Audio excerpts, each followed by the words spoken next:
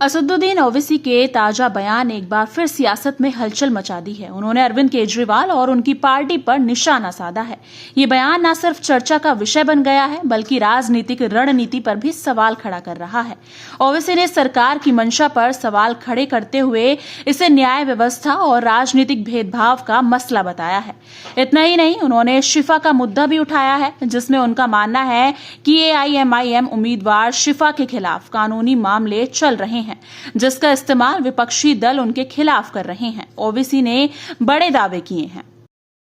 शिफा jail में क्यों है और केजरीवाल जेल के बाहर क्यों है? शिफा जेल में क्यों है? अमानतुल्लाह को बेल क्यों हो गई? सिसोदिया को बेल क्यों हो गई?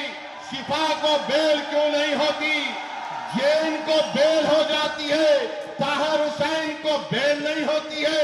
बताओ कौन किससे मिला हुआ है, ये आपको 5 तारीख के दिन तय करना है। ओवैसी ने केजरीवाल पर निशाना साधते हुए कई बड़े खुलासे भी किए हैं। सब जगह डेवलपमेंट हो रहे हैं। अरे केजरीवाल, जो आज गलियों में मैं पैदल चला, तुम 10 मिनट चलकर दिखाओ। मुझ पर तो आज फूल बरसाए गए, तुम पर चप्पलें बरसाएगी आवाज यहाँ की।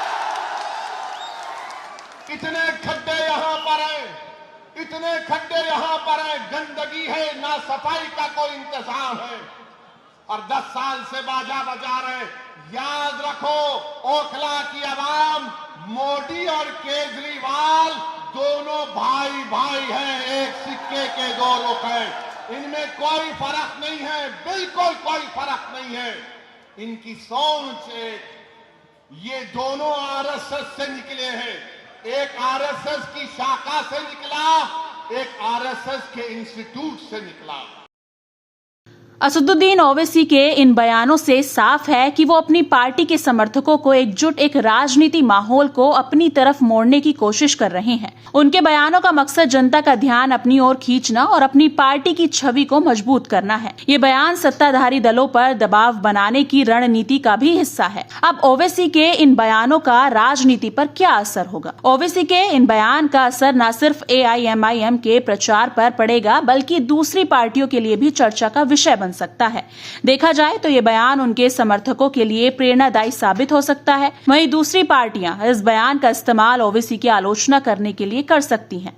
असदुद्दीन ओवैसी का ये बयान दिखाता है कि वो अपने राजनीतिक विरोधियों को खुली चुनौती देने से नहीं कतराते। उनका आत्मविश्वास दिखाता है कि वो लोगों की ताकत और विश्वास में यकीन रखते हैं। इस पर आपकी क्या राय है? क्या शिफा जेल में रहते हुए भी चुनाव जीत सकती हैं? हमें कमेंट सेक्शन में जरूर बताएं।